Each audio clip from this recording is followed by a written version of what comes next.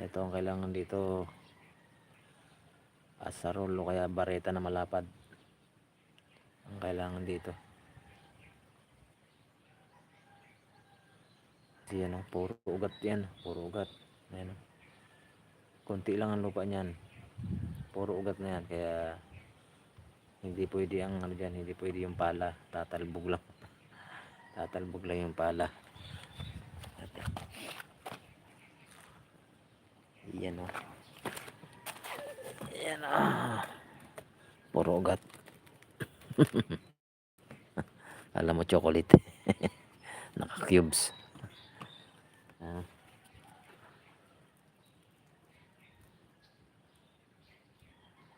Ugat.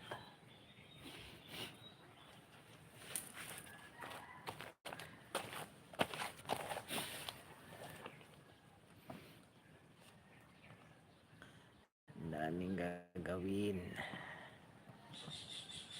Yun, buti natapos ko na yung paglatakip ng ano, yun yung sa ibabaw ng mga poste.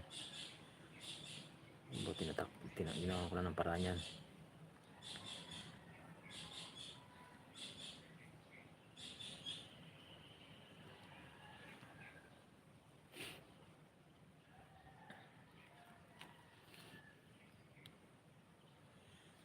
Matibay yan, hindi yan basta-basta ano.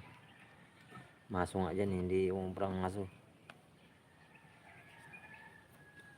Kaya kailangan talaga dyan jackhammer, dahan-dahan lang. Pag binigla mo dyan ng jackhammer, uusok lang. Kagayon isang jackhammer na ginamit dito yung malaki, wala, umusok lang, nasira yung carbon, sunog.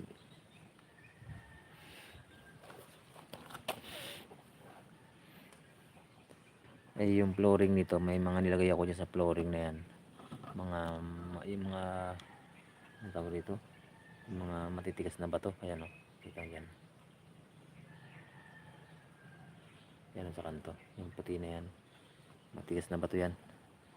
Hinalo ko dyan sa paglagay ng flooring.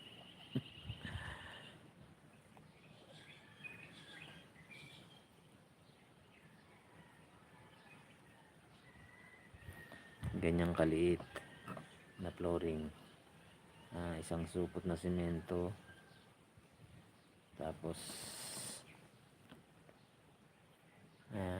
kalahating Sahara. Kaya napakatigas.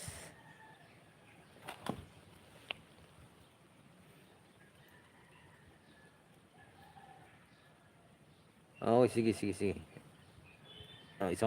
Saglit na naman to, isang oras lang ano ko. Malapit na rin naman, 47 na.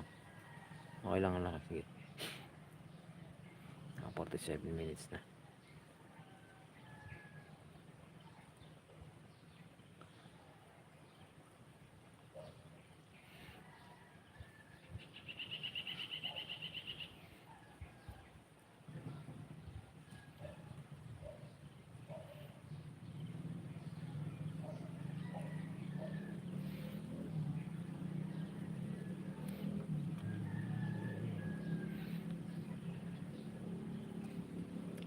Gagawin, swimming pool pa, bahala na sila dyan.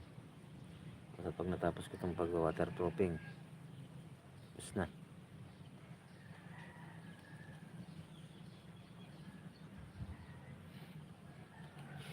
Still I remember.